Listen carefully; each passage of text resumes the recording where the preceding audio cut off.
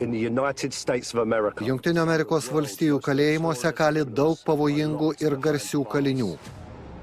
One of those, Vienas James jų Robertson, – Jamesas Robertsonas. sent to prison for Už smurtinius nusikaltimus į kalėjimą įsėdo dar paauglystėje. He wasn't 17 yet. Nesulaukęs 17 jau buvo įvykdęs sunkių nusikaltimų, sumušimų sunkinančiomis aplinkybėmis, išpolių prieš policininkus. Tai paklūsti atsisakantis nusikaltėlis. Jis pabėgo su bendrininku ir buvo sugautas. Tada jam buvo pateikti nauji kaltinimai, gavo dar 2 metus. Jis atitiko psichopato apibrėžimą. Vadinasi, įsitraukdamas į nusikalstamą veiką, nesigailėjo ir nejautė sąžinės graužaties. Atsidūręs už grotų, Robertsonas nusitaikė į kalėjimo darbuotoją. Jis dūrė man peiliu į krūtinę, paskui į pilvą. Kaliniai gali tave nužudyti, jei pasakysi, ką nors ne taip. Turi būti apmokytas, kitaip tau galas. Tai vienas baisiausių žmonių Jungtinių valstijų kalėjimų sistemoje. Pavojus gresia visiems, kas susiduria su juo akis į akį, nes jis susitelkęs tik į savo poreikius. Jis nesigilina, kas jam trukdo. Per konfliktą su kameros draugu jis pasakė, leidžiu rinktis, galiu tave surišti ir kankinti arba tiesiog nudėti. Uždarytas iki gyvos galvos jis nebeturėjo ko prarasti. Nusikaltėlio kelią pradėjo paauglystėje. Po to viskas tik blogėjo. Jis gali bet ką mirtinai sužaloti, todėl yra vienas pavojingiausių kalinių. Pirmiausia, smaugė tarpdančių siūlų, o pabaigė kojinę. Jis sėdėjo prie lavono ir ramiai pusryčiavo.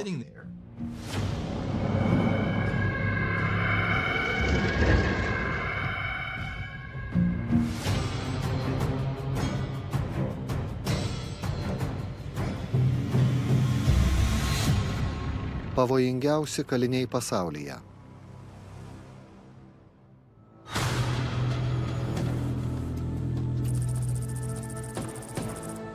Šarlotės įkalinimo įstaiga, valstijos kalėjimas Floridoje.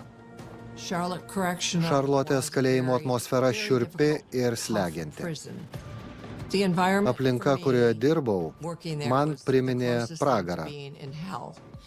Dvokas, nuolatinis kalinių masturbavimasis, rėkimas, daužimas, kamerų tvindymas. Buvo nepaprastai sunku. Viename kalėjimo aukšte kalėjo pavojingiausi nusikaltėliai. Jie buvo stebimi ištisą parą. Jie nėra eiliniai nuteistieji už nužudymą ar išprievartavimą. Tai kaliniai, kurie puldinėja, prievartauja ir žudo net kalėjime. Todėl jiems reikia griežto režimo ir itin akylo stebėjimo. Jamesas Robertsonas vienas jų.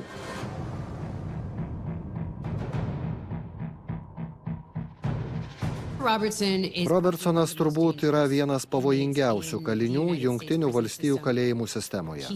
Jis kelia pavojų kaliniams, kalėjimo darbuotojams ir pareigūnams. 2011 gruodžio 19 mano gyvenimas pasikeitė visiems laikams. Per savo pamainą vaikščiojau po kalėjimą ir Jamesas Robertsonas paprašė išnešti jo šiukšles. Padariau klaidą ir atidariau jo kameros duris. Tada jis puolė mane ir ėmė badyti peiliu. Pirmą kartą įsėdo būdamas 16. Iš pradžių nusikaltimai buvo nesunkus, bet greitai virto smurtiniais. Netrukus jo sąskaitoje jau buvo įsilaužimas, teisėsaugos pareigūno užpuolimas ir sumušimas sunkinančiomis aplinkybėmis. Iš pradžių buvo nuteistas 10 metų, tačiau kalėjime jis nusprendė, kad geriau mirties bausmė ir nužudė savo kameros draugą, kad ją gautų.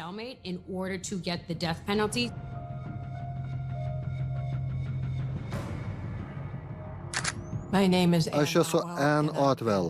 Šarlotės kalėjime 30 metų dirbau psichiatrijos skyriaus slaugytoja. Kai pirmą kartą sutikau Jamesą, jis buvo piktas. Kalėjime sėdėjo jau daug metų. Jo nusikaltimų sąrašas buvo neįtikėtinas. while he was in the prison. Kalėdamas jis įvykdė keletą gana sunkių nusikaltimų. Pirmojo laipsnio pasikesinimą nužudyti ir sumušimą sunkinančiomis aplinkybėmis. Neketino liautis, gaudavo vieną bausmę po kitos. Galiausiai suplanavo žmogžudystę. Būtent tai jis ir darė. Jis planavo užpuolimus ir žmogžudystes, nejausdamas jokios empatijos ar gailesčio. Žmogus daro tokius baisius nusikaltimus ir nesuka dėl jų galvos. Vadinasi, jis neturi ko prarasti. Before James Robertson, Iki pirmo įkalinimo Jamesas Robertsonas gyveno Floridoje. Jamesas Robertsonas gimė 63 gegužės 26 Orlande, Floridos valstijoje. Šeimoje santykiai nebuvo geri, jo šeimos nepavadintume darne. Esu Maikas Gottfriedas, kalėjimų departamente dirbau 23 metus. Jamesas Robertsonas pasakojo man, kad tėvas jį mušdavo.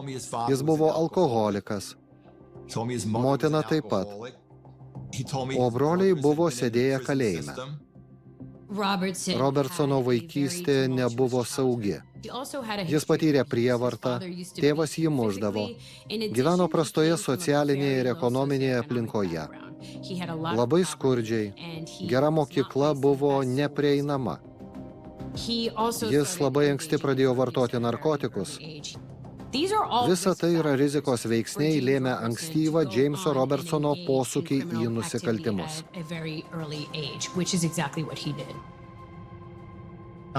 75 vasario 25-ąją jis apvogė parduotuvę. Nesunkus nusikaltimas, vaikai dažnai tai padaro.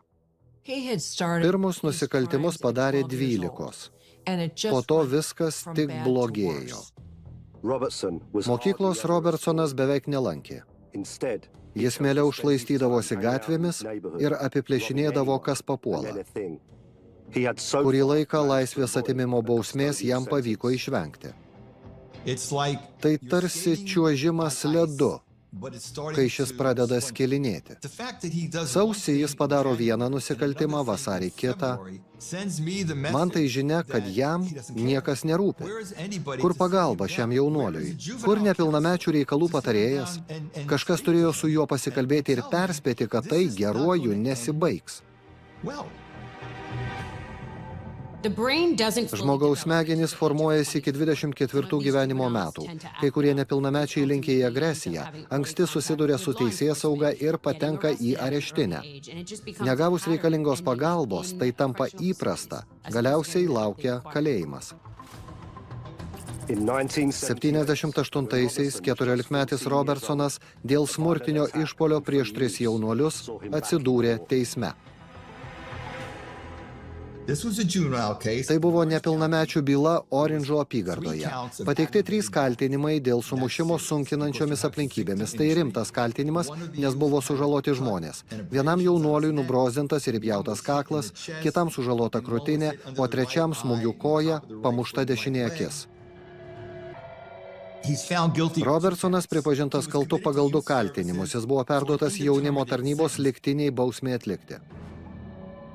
less than a year Mažiau nei po metų Robertsonas buvo išmestas iš mokyklos, o netrukus vėl turėjo problemų su teisėsauga.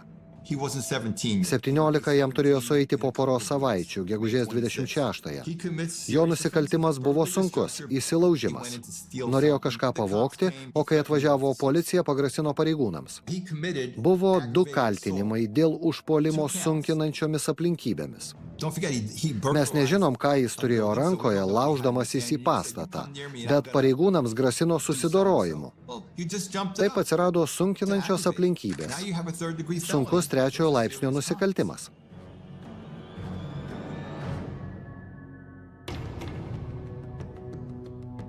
Robertsoną laikė nepastoviu ir pavojingu jaunuoliu. he was securely Tada jis pirmą kartą buvo uždarytas suaugusiųjų kalėjime. first time.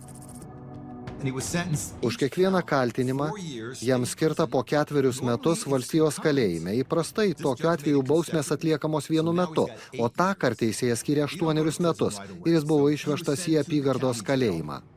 Apygardos kalėjimai paprastai skirti žmonėms laukiantiems teismo arba nuteistiems trumpesnė nei 1 metų laisvės atėmimo bausme.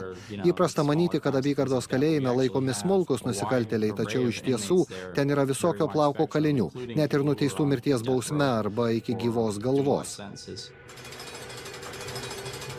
Taigi jį pasodino į apygardos kalėjimą. Manote, pasimokė? Aišku, ne. Pasėdėjęs už grotų vos 3 mėnesius, Robertsonas nusprendė, kad jam atsibodo ir suplanavo bėgti. Jis pabėgo su bendrininku ir buvo sugautas. Tada jam buvo pateikti nauji kaltinimai, gavo dar 2 metus. Taigi iš viso jau 10 metų kalėjimo. Štai tokia istorija ir aš nematau jokios sąžinės graužaties. Robertsonas buvo perkeltas į griežčiausio režimo valstijos kalėjimą. Neįmanoma lyginti griežto režimo kalėjimo su apygardos kalėjimu. Jie nepalyginami. Jaunuoliui buvo tik 17 metų. Jį perkelė į valstijos kalėjimą ir ten jis buvo naujokas. Jis dar nebuvo uždarytas tokioje įstaigoje, o ten daug bjaurių vyrukų. Dauguma tokio amžiaus jaunuolių tikrai bijotų. Pirmą kartą patekęs į kalėjimą jis gavo 10 metų. Tai labai daug. Bet vis dėlto ne iki gyvos galvos. Kalėjime jis ir toliau nevengė nusikalstamos veikos. Puolė peiliu ir organizavo riaušes. Kalėjimas yra pavojinga darbo vieta, nes ten laikomi žmonės įvykdę smurtinių nusikaltimų. Išprievartavę, nužudę, užpuolę, sužaloję. Naujokams tai visiškai kitas pasaulis. Pažinojau daug kalinių, kurie naujokus medžiodavo. Jei tai žmogaus pirmas kartas kalėjime, bus labai sunku. Vienas pirmųjų kalinių, su kuriuo susidūrė 17-metis Jamesas Robertsonas, buvo Efrenas Jeras. Jo žodžius įgarsina aktorius. Sportavau treniruoklių salėje ir prie manęs priėjo bičiulis meksikietis su neaukštu šviesiaplaukiu mėlynakiu vaikinu. Jis man pasakė, tik pažiūrėk į šitą baltaodį. Jį ką tik išlaipino iš autobuso. Pamatęs jį nusijuokiau, pagyriau, kad labai mielas, ir gnyptelėjau į skruostą. Vos paliečiau, tas liesas, nė 60 nesveriantis, prakaituotas vaikėgalis vožė man į nosį. Robertsonas greitai išmoko gyventi kalėjime. Daugelis naujokų ieško kitų kalinių užtarimo. Kalėjimuose egzistuoja gaujos – juodaodžių, ispanakalbių, skustagalvių, rasistų ir kitos. Klausimas, kur prisiglaus naujokas, kas jam padės ir kokią kainą. Susimokėti reikia visada. Negalėjau patikėti, kad tas mažvaikis mane puolė. Nespėjau apsižvalgyti, kaip jis nuo žemės pagriebė štangą ir jau taikėsi man smogti. Bet man pavyko jį parblokšti.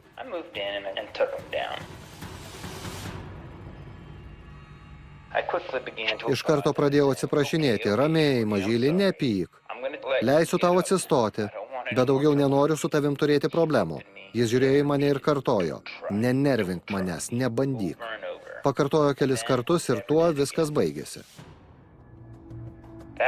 Taip 81-aisiais susipažinau su Jamesu Robertsonu, pravardę Vištagalvis. Tada jam buvo 17. Daugumai jaunų baltaodžių vaikinų laisvėje laikiusių save kietais vyrukais, valstijos kalėjime kilo klausimas, kas dabar bus, man baisu. Pareigūnai kalėjimą prižiūri, tikrina, bet visko pasitaiko, visko nesužiūrėsi. Visada yra kalinių, kurie net kalėjime linkę smurtauti ir užsiimti neteisėtą veiklą. Jis pasiryžo įrodyti savo vertę. Jei būtų elgęsis pavyzdingai, Jamesas Robertsonas būtų galėjęs išeiti į laisvę nesulaukęs 30, tačiau tam nebuvo lemta atsitikti.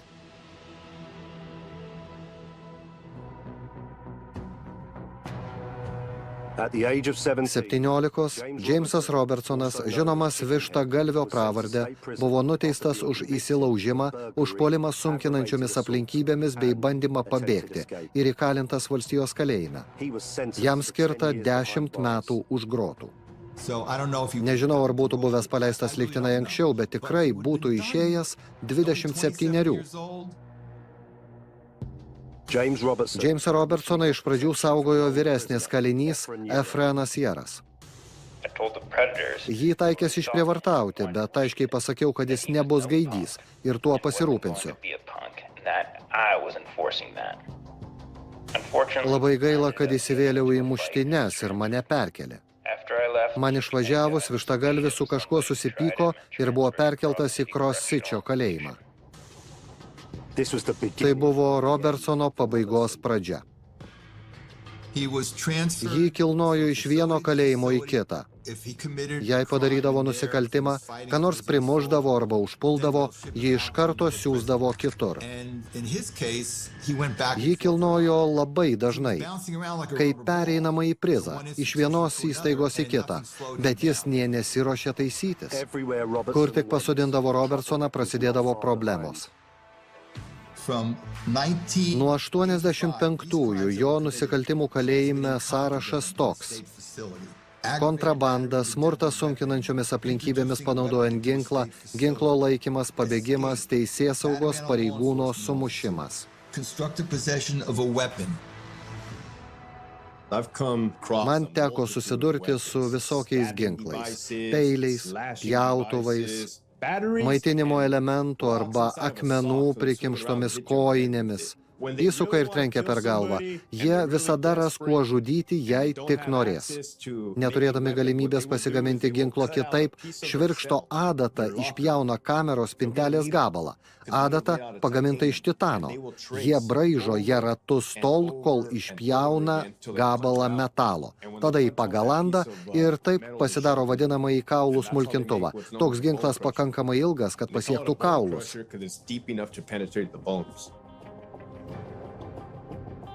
Kiekvieną kartą Robertsonui prasikaltus prie bausmės buvo pridedama daugiau metų. Kalėjimuose jis vis prisivirdavo košės. Sužalojo ką nors peiliu, dar 4 metai. Mėgino pabėgti, dar 4. Vežant iš kalėjimo į teismą, jis iš pareigūnų atėmė ginklą ir bandė nušauti, dar 4 metai. Taip ir sėdės iki gyvos galvos. Tam vyrukui dėjo bausmę prie bausmės. Bandžiau suskaičiuoti, kiek metų jis sėdės ir jam vis tiek negana. Regis, nusikaltimai tapo jo gyvenimo būdu. Dauguma kalinių atlieka bausmę ir grįžta namo, tačiau pasitaiko išimčių. Paprastai tie kiti panašūs tuo, kad turi asmenybės sutrikimų arba yra psichopatai. Pastarieji pavojingiausi nusikaltėliai pasaulyje. Robertsono smurtui žiaurėjant didėjo ir bausmės. Jis kėlė grėsmę pareigūnams, jie nepajėgė jo valdyti. Matote, kaip jis elgėsi. Jis kėlė grėsmę ir kaliniams, nes su jais nesutarė. Galiausiai jis buvo pavojingas ir savo, nes anksčiau ir vėliau galėjo pakelti ranką prieš save. Kaliniams pradėjus muštynes, pareigūnams tenka jas malšinti. Tai ne visada lengva užduotis, nes gali nukentėti. Muštynių dalyviai gali būti prižiūrimi pagal uždaro administravimo tvarką, nes jie pavojingi. 88-aisiais Robertsonai pritaikyta uždaro administravimo tvarka arba CM. Tokie kaliniai 23 valandas per parą laikomi izoliatoriuje. 1 valandą gali pasivaikščioti uždaroje, spygliuota viela aptvertoje zonoje. Maistas paduodamas per angą. Čia kali nuteistieji sunkinančiomis aplinkybėmis užpuolę ar sumušę teisėsaugos pareigūną, išprievartavę kalinį ir panašiai. Jie negali vaikščioti po teritoriją, nes kelia pavojų kitiems kaliniams ir pareigūnams. So basically, 23 valandas per parą jie praleidžia 4 kvadratinių metrų dydžio kameroje. Vienintelis privalumas – nereikia dalytis kamerą su kitais. Jie neturi nei televizoriaus, nei knygų, nieko, kas padėtų prastumti laiką. Tokia aplinka tik skatina įsitraukti į nusikaltimus. Pavyzdžiui, vartoti narkotikus, muštis, manipuliuoti. Robertsonas turbūt buvo sukaupęs tiek pykčio, kad nusprendė spjauti į pavyzdingą elgesį. Jam tai buvo puikia aplinka savo psichopatiniams ir nusikalstamiems polinkiams puoselėti. Robertsonas pažeidinėdavo taisyklės, todėl paleistas iš izoliatoriaus netrukus vėl ten grįždavo. Tai tęsėsi 18 metų. 2026-aisiais jis buvo perkeltas į Šarlotės įkalinimo įstaigą. Šarlotės įkalinimo įstaigoje dirbau iki 2021-ųjų. Tai griežčiausio režimo kalėjimas. Nors jis vienas švariausių, kuriuose man teko dirbti. Karštis nepakeliamas, o kaliniai prausdavosi 3 kartus per savaitę. Galite įsivaizduoti, kokia ten buvo smarvė. Tarsi būtum atsidūręs kanalizacijos vamzdyje. 2006-aisiais atvežtas į Šarlotę, jis jau buvo 43, o laisvė dar labai toli. Be skaičiuotuvo nesuskaičiuočiau, kiek naujų bausmių jam buvo pridėta. Vos atvykus, Robertsonui vėl buvo paskirtas uždaras administravimas. Ten triukšmas nesiliovė niekada, rėkaudavo, daužydavosi, plūsdavosi, keikdavosi. Izoliatoriuje triukšmaudavo daugiausia naktį. Būtent naktimis jie rėkaudavo ir daužydavosi. Diena būdavo triukšminga, o naktį pragariška. Ilgi metai izoliatoriuje Jamesui Robertsonui nepraėjo be pasekmių. Daugybė kalinių turi psichikos sveikatos problemų. Jei esi sveikas, atsidūręs kalėjime turėsi problemų. Jei tau skirta ilga bausmė, ligos neišvengsi. Be to, Robertsonas turėjo bėdų dėl narkotikų. Nuo narkotinių medžiagų priklausomas žmogus nusikalsti gali ir dėl tiesioginio narkotikų poveikio, ir siekdamas gauti pinigų kvaišalams. Būdama psichiatrijos skyriaus slaugytoja kalėjime, rūpinausi nuteistaisiais, kurie vartojo psichotropinius vaistus, buvo psichiškai nesveiki arba turėjo psichikos sutrikimų. Jamesas Robertsonas buvo vienas iš mano pacientų. Neįtikėtinai piktas, stambus vyras. Nuolat jautėme jo pasyvią agresiją.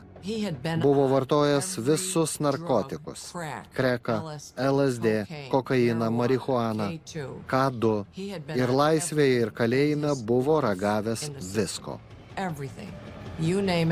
Visko. Daug metų kalintas pagal uždaro administravimo tvarką, Jamesas Robertsonas kartą buvo perkeltas į netokį griežtą CM3 izoliatorių. CM3 izoliatoriuje galima turėti kameros draugą ir daugiau laisvės. 3 valandas per parą ne kameroje. Atsižvelgiant į tai, kiek ir kokių nusikaltimų padarė, CM3 režimas jam buvo stebuklas. Nes tai vienas iš žingsnių prieš išleidžiant kalinį į bendrą zoną. Žinoma, ten jis irgi suvaržytas, bet 20 metų uždaro administravimo zonoje praleidusiam nuteistajam tai didžiulis pokytis. Robertsonui atsibodo izoliatoriuje. Jis aiškiai pasakė, ko siekia. Jamesas man ne kartą sakė: man čia įkyrėjo, noriu mirties bausmės, nes jūs su manim elgėtės kaip su šunimi arba gyvuliu. Nekenčiu izoliatoriaus. Man reikia mirties bausmės. Nebenoriu nei bendros zonos, nei izoliatoriaus.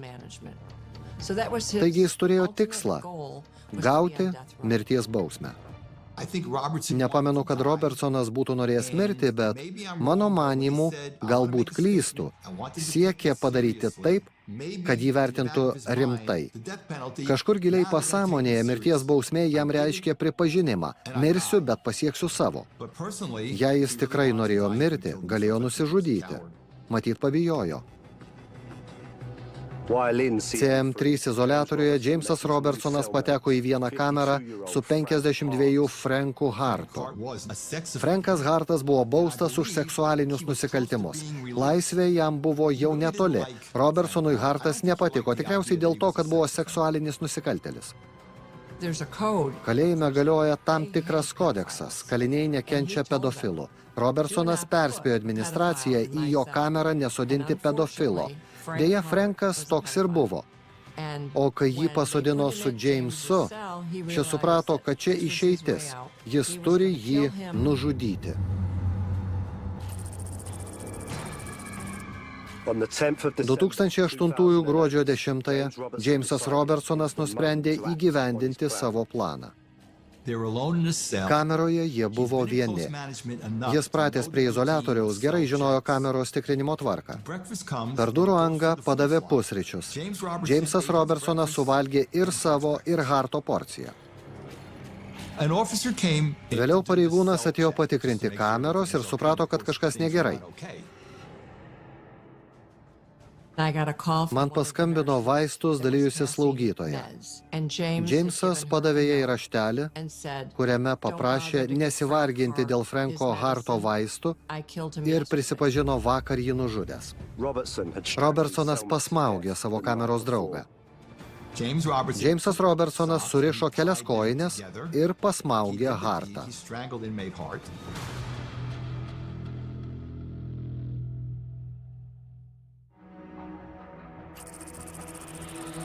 Jamesą Robertsoną perkelus į laisvesnio režimo izoliatorių, šis pirmai progai pasitaikius užpuolė ir nužudė kameros draugą. Kai Franką Hartą atvežė į medicinos skyrių, ant jo kaklo pamačiau tarpdančių siūlą. Taigi, pirmiausia, jis smaugė siūlų, o pabaigė kojinę. Tai nebuvo greita ir lengva žmogžudystė. Auka kankinosi.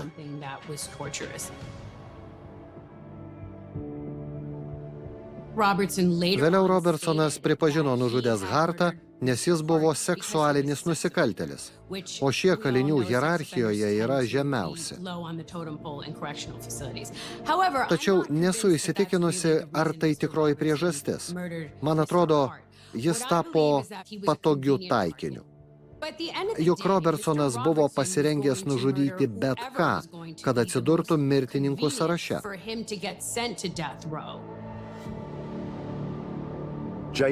Dabar Robertsonui grėsė mirties bausmė.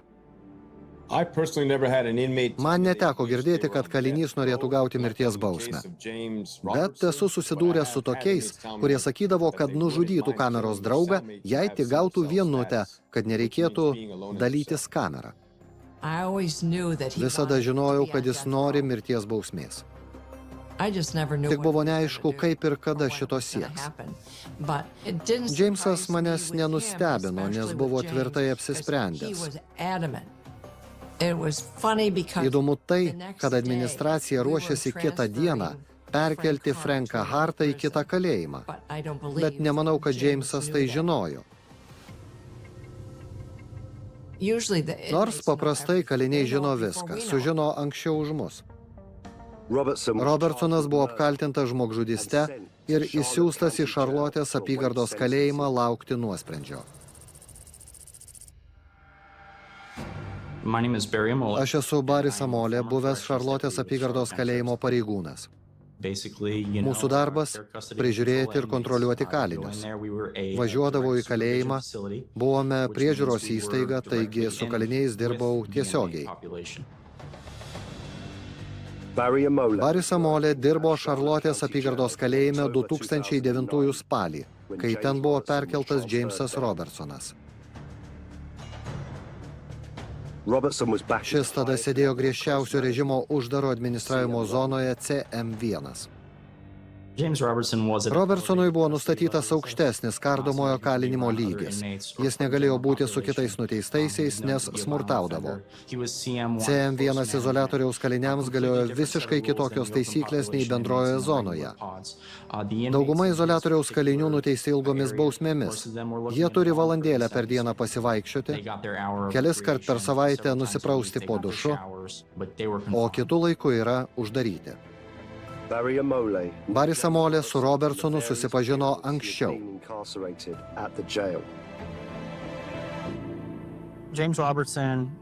Kalėjime daug įvairaus plauko personažų, bet Jamesas Robertsonas buvo kitoks. Jis sėdėjo ilgai, sistemoje buvo savas.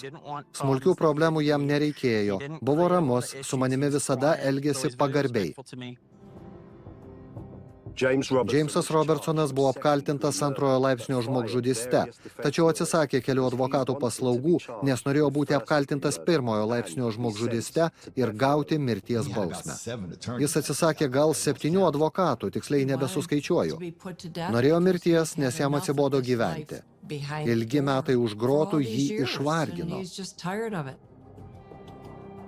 Kaliniai paprastai nenori būti nuteisti mirties bausme, tačiau sklando gandas, kad mirties bausmės laukimo zonoje labai patogu. Jis norėjo mirties bausmės, nes tai reiškia pabėgti nuo visų. Mirtininkų zona rami, maža, manė atsikratysias visų izoliatoriaus nemalonumų.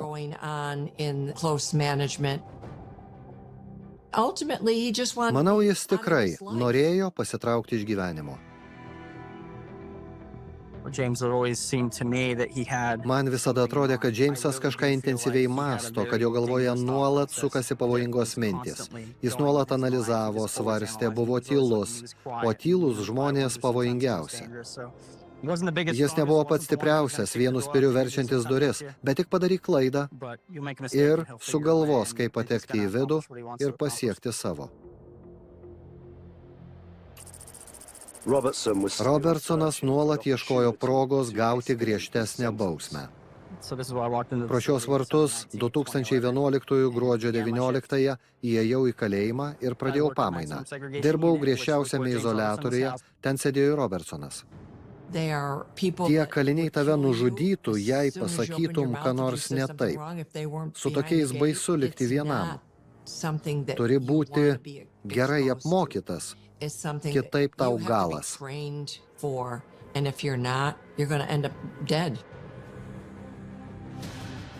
Jamesas pabeldė į duris ir paprašė išnešti šiukšles. Paprastai atliekas paimame pro maisto angą, bet jis pradėjo šiukšles drabstyti, nepagalvojęs atrakinau duris, kad nedarytų netvarkos. Vos atrakinau, jis prišoko ir bandė jas atidaryti. Stengiausi sutrukdyti jam išeiti iš kameros, bet buvo per vėlu. Supratau, kad prasidės grumtynės. Jamesas turėjo 2 aštrius metalo strypus. Suplėšyti marškinėliai buvo vietoje rankenų. Su dirželiais pasikabino ginklus ant riešų, kaip filme Ernis. Pirmiausia, dūrė man į ranką ir bandė pabėgti. Supratau, kad norėdamas iškirsti jam kelią, turėsiu susigrumti akis į akį.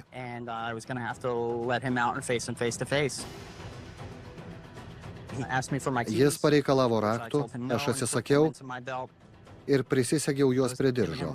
Bandžiau sudrausminti į žodžiais, kas tau užėjo, ką darai. Žinojau, kad nesiliaus.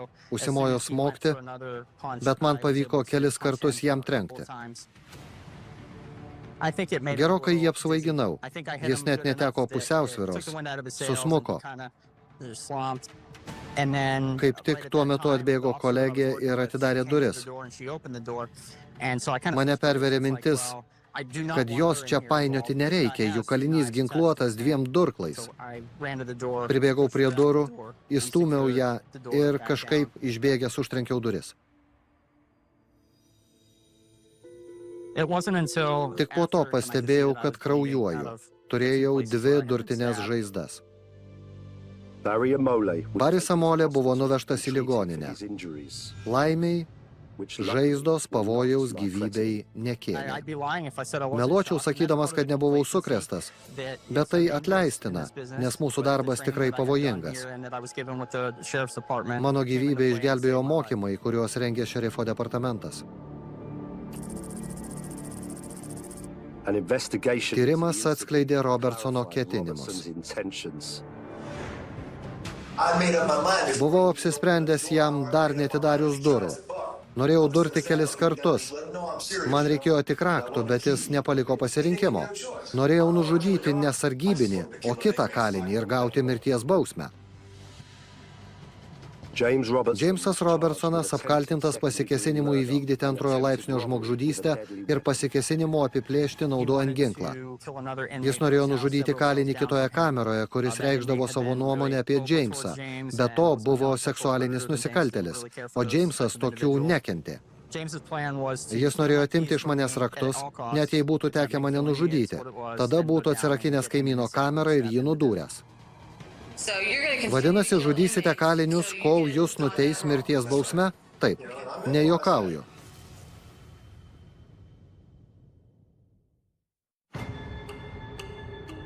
Džeimsas Robertsonas įsikėlė tikslą gauti mirties bausmę.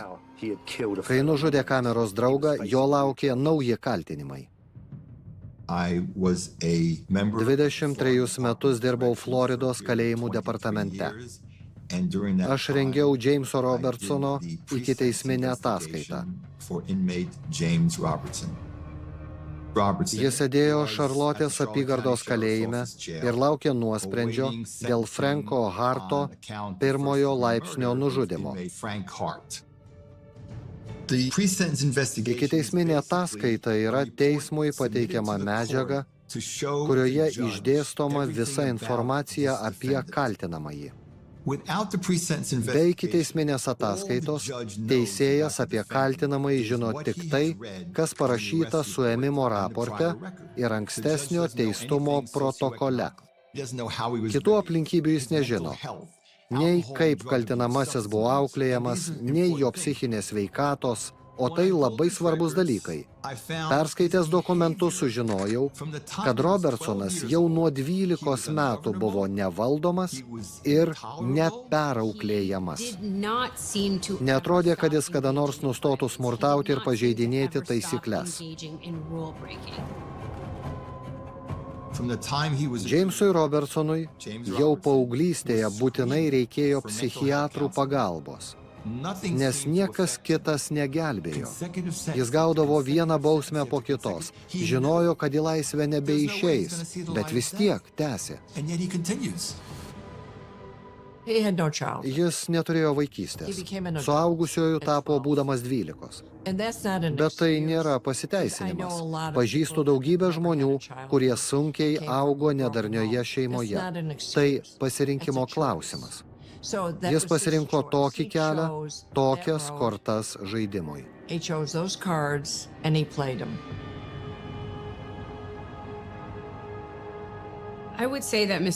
Robertsonas yra smurtautojas. Visą savo suaugusiojo gyvenimą praleido įkalinimo įstaigoje ir toliau darė nusikaltimus. Nemanau, kad laisvėje jis būtų buvęs kitoks. Laisvėje ar kalėjime jis ėjo nusikaltėlio keliu. Jis atitinka psichopato apibrėžimą. Todėl aplinka jo elgesio nebūtų pakeitusi.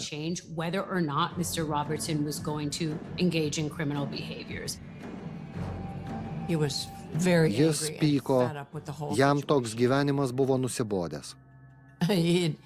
Jam jau buvo gana. Rengdamas ikiteisminę ataskaitą 2012 gruodį, Maikas Gottfriedas apklausė Robertsoną. Tada jam buvo 49, kalėjime buvo praleidęs 31 metus. Sėdėjau taip kaip dabar, o jis kitoje stalo pusėje. Kadangi pavojingas, kojos ir rankos buvo surakintos. Galbūt skambės keistai, bet jis buvo atviras. Nebandė nieko slėpti. Viską prisipažino. I know he murdered. Žinau, kad his CM3 cellmate, kameroje nužudė Franką Hartą. Sometimes you can look Dažnai at a person. pažvelgęs nusikaltelių į akis, pamatysi tam tikrus ženklus. Mirksėjimą, Movement of the vokų eyes, trūkčiojimą. twitching. He didn't O jis show nerodė any jokių signs of kalto žmogaus požymių. wrongdoing. Robertson had killed Hartą Robertsonas nužudė dėl vienos priežasties. Norėjo išeiti iš izoliatoriaus ir gauti mirties bausmę. Džeimsas didžiąją gyvenimo dalį praleido kalėjime ir buvo nusivylęs, kad už ankstesnius nusikaltimus negavo mirties bausmės. Jo netenkino tokia padėtis. I have a list of all the Turiu instances sąrašą visų kalėjimų, kuriuose jis sėdėjo, ir visur pabuvojo izoliatoriuje. Jam tiesiog atsibodo. Frankas Hartas nebuvo pats tauriausias žmogus, bet jis turėjo brolių, seserų, šeimą. Kalbėjausi su jo artimaisiais. Jie norėjo atpildo. Šeima yra šeima. Artimojo nesugrąžinsi, bet kažkas turi sumokėti. Ir štai žmogus, norintis tai padaryti. Jam buvo patikti kaltinimai pirmojo laipsnio žmogžudyste. Liko vienintelis klausimas, bus nuteistas iki gyvos galvos be lygtinio paleidimo galimybės ar skirta mirties bausmė.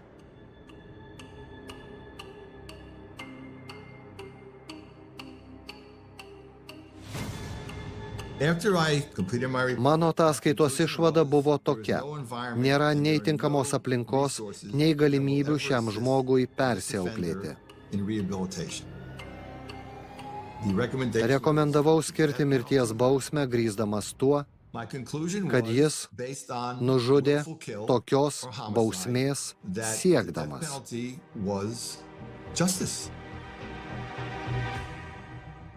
2012 gruodžio 18-ąją Džeimsas Robertsonas buvo atvežtas į Šarlotės apygardos teismą išklausyti nuosprendžio. Atvežė surakintą, lydėjo riaušių policijos būrys. Stebėjau jį tada, kai buvo pripažintas kaltu ir paskelbtas mirties bausmės nuosprendis. Netrodė nustebęs ar įsigandęs, tarsi būtų žinojęs, kad tai įvyks. In February 2013, 2013 vasarį laukti mirties bausmės įvykdymo Robertsonas buvo perkeltas į Juniono kalėjimą Floridoje. Robertsonas buvo tipiškas žmogus, galiausiai atsidūręs mirtininkų sąraše. Džeimsas Robertsonas su manimi visada elgėsi pagarbiai. Niekada nepagalvojau, kad užpuls, todėl labai nustebau. Buvau labai patiklus, o po to įvykio pakeičiau požiūrį į gyvenimą. Džeimsas Robertsonas pasiekė tikslą ir atsidūrė mirtininkų sąraše. Tačiau tam prireikė kito kalinio gyvybės. Jis nesiliovė smurtauti. Tokių žmonių yra daug. Bet grįžtu prie pasirinkimo temos. Jis pats pasirinko tokį gyvenimą. Džeimsas nebus numarintas, nes prieš jį eilėje dar daug žmonių. Manau, jis mirs natūralia mirtimi. Tiesa, gavo, ko norėjo. Jis pasirinko ir pasiekė savo. Robertsonas turbūt vienas pavojingiausių kalinių Jungtinių valstijų kalėjimų sistemoje, nes jo taikiniu gali tapti bet kas. Jis kelia pavojų kaliniams, kalėjimo darbuotojams ir pareigūnams. Mirtinas pavojus gresia visiems, kas susiduria su juo akis į akį, nes jis susitelkęs tik į savo poreikius. Mirties bausmės įvykdymas nėra bausmė. Žmogus jau nubaustas. Jis žino, kad kažkada paskelbs bausmės vykdymo datą ir jos laukia. Štai koks skirtumas. Viskas baigta.